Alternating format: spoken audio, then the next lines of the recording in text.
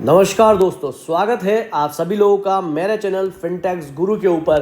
बात करेंगे हम आज ओलेक्ट्रा ग्रीनटेक लिमिटेड को लेकर के। जी हाँ दोस्तों, कंपनी ने अपने Q4 के नंबर जारी किए हैं और स्टॉक के अंदर लगभग 6 से 7% की गिरावट जो है वो अभी हमें देखने को मिल रही है। अभी जब मैं ये वीडियो बना रहा हूँ तब कंपनी का शेयर जो है वो लगभग 1273 के लेवल पर फिलहाल अभी कामकाज कर रहा है और आज के दिन कंपनी ने 1160 रुपए का लो जो है वो लगाया। लगभग 5.5% की गिरावट के साथ अभी फिलहाल शेयर जो है वो कामकाज कर रहा है। तो देखते हैं क्या कंपनी के Q4 के नंबर जो है वो हमें बढ़िया नहीं देखने को मिल रहे हैं या और कोई कारण है। वीडियो शुरू करूं उससे पहले आप लोगों से रिक्वेस्ट है, अगर अभी तक आप लोगों ने चैनल को सब्सक्राइब नहीं किया है तो प्लीज चैनल को जरूर सब्सक्राइब कर लीजिए।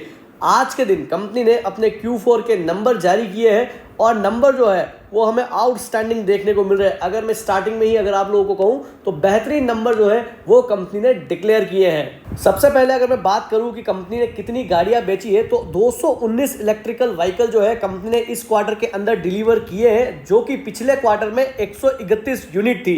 लगभग 67% के आसपास का जंप जो है वो हमें यहां पर देखने को मिल रहा है। अगर मैं रेवेन्यू की बात करूं तो Q4 के अंदर कंपनी का रेवेन्यू रहा है लगभग 449 करोड़ रुपीस का, जो कि पिछले साल इसी क्वार्टर के अंदर लगभग 55% कम था। मतलब कि यहां से अगर देखें तो पिछले साल इसी क्वार्टर से अगर सालाना आधार पर देखा जाए तो लगभग 55% के आसपास की बढ़त जो है वो इस क्वार्टर में हमें देखने को मिली। 289 करोड़ रुपीस का टर्नओवर जो था वो पिछले इस क्वार्टर के अंदर था मार्च 2024 के अंदर, और इस साल ये बढ़ के हो जाता है 449 करोड़ का।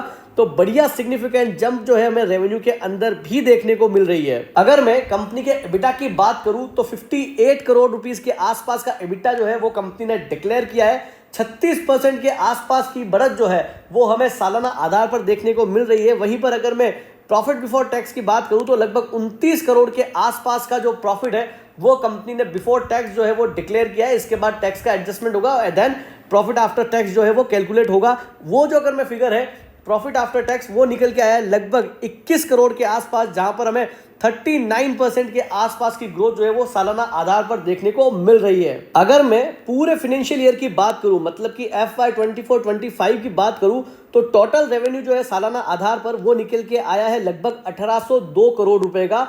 और यहां पर अगर हम लोग बढ़त की बात करें तो लगभग 56% के आसपास की बढ़त जो है वो हमें सालाना आधार पर फाइनेंशियल ईयर 23-24 और 24-25 के अंदर हमें देखने को मिल रही है। अगर मैं एबिटा की बात करूं तो 276 करोड़ रुपीस का एबिटा जो है कंपनी ने पूरे सालाना आधार पर डिक्लेयर किया है। 49% का जंप जो है वो हमें यहां पर भी देखने को मिल रहा है। एंड अगर हम लोग प्रॉफिट आफ्टर टैक्स की बात करें तो वहां पर लगभग 77% की ग्रोथ जो है हमें सालाना आधार पर देखने को मिल रही है। FY 24-25 के अंदर काफी बढ़िया रिटर्न जो है वो कंपनी ने डिक्लेयर किए हैं। काफी बढ़िया नंबर जो है वो हमें फाइनेंशियल ईयर 24-25 के अंदर देखने को मिल रहा है। लेकिन उसके बाद भी शेयर के ऊपर हमें बड़ा प्रेशर जो है वो देखने को मिल रहा है। उसका जो मेन कारण है वो ये रिजल्ट नहीं है, उसका अगर मेन रीजन है अगर मैं उसकी बात करूं तो महाराष्ट्र सरकार की तरफ से कंपनी का एक टेंडर है वो कैंसिल होते हुए दिखाई दे रहा है। लगभग 10,000 करोड़ के आसपास की वैल्यू है इस टेंडर की